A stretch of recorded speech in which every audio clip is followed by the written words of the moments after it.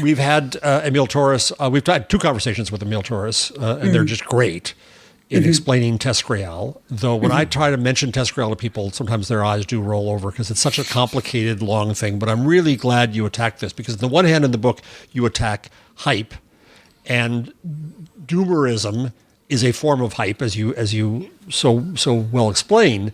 That it's an effort to show people's power and macho and get money and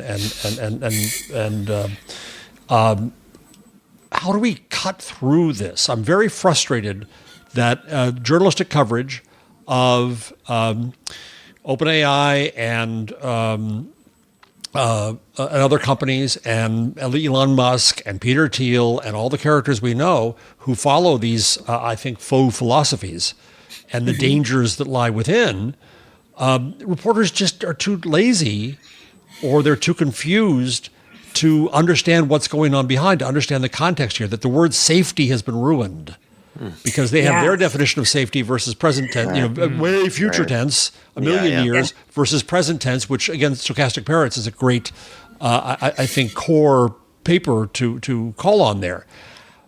What's the, I mean, you wrote the book and this is really helpful, but what's the strategy? What's the strategy? For trying to cut through and undercut TESCREAL? Yeah. So I think some of it is, first of all, just like follow the money. So you say, there's some reporters who just aren't somehow doing the job of actually challenging this and situating it. There are others who are literally paid by the money. So Vox has this something called Future Perfect, which as a linguist, I'm very upset at the repurposing of that, which is like the name of a tense. Yes. And that is effective altruism money. And that's the EA and the TESCREAL bundle of ideologies. So some of the journalism is actually coming from inside the house, right? Yes. Like it is right there. I think another thing is the way in which we see so much tech journalism platforming paper-shaped objects as if they were research.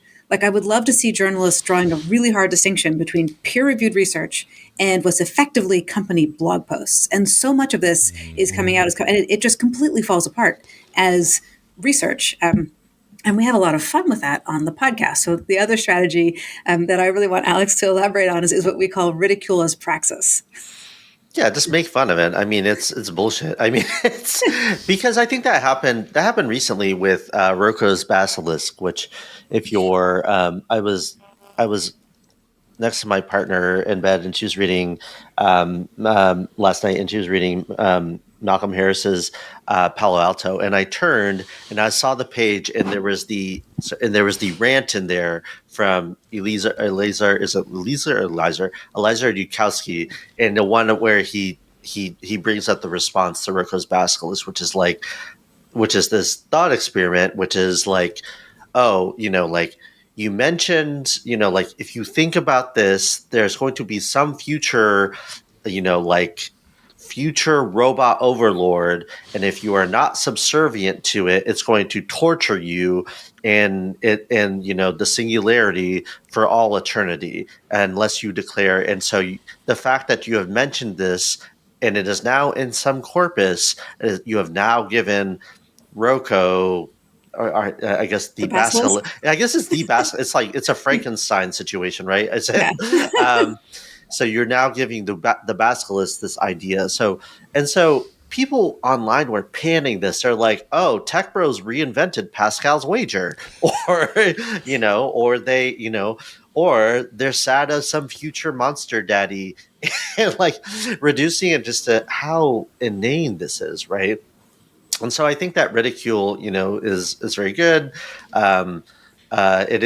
Comparing the suffering of the 7 or 8 billion people in the now compared to the 10 to the 58th people. I looked this up, Emily. You're right. It was 10 to 58. It was 58. It wasn't 40. It was. I looked up. It's a made up number, right? 54, always and ever. These people that exist, that the future people that are somehow living above the stars and doing space colonization. I mean, it is very absurd on the face of it. I should also say that, and there was some great reporting in Semaphore yesterday. I don't know if y'all saw this, but it was about the kind of like haunted group chat that Mark Andreessen had started. And it was kind of wild because it has within the group chat this just like the worst people you can think of in Silicon Valley. So it has Joe Lonsdale, co-founder of Palantir, as Balaji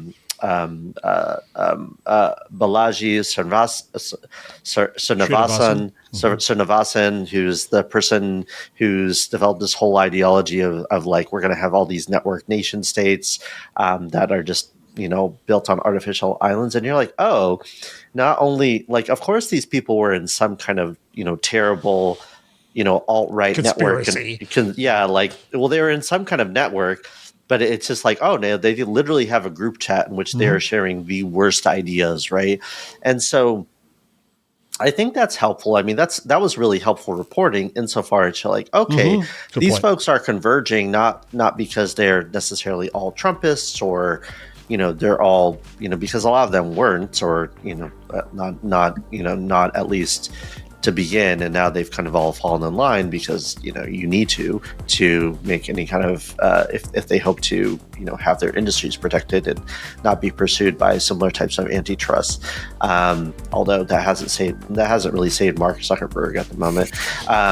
But it's that there is this kind of hegemony in this kind of like group think far crypto right that is very, I mean, it is, if it is not straight up TESCREAL, it is very adjacent. It's knocking on the door. Well, because it's accelerationist rather than doomerist.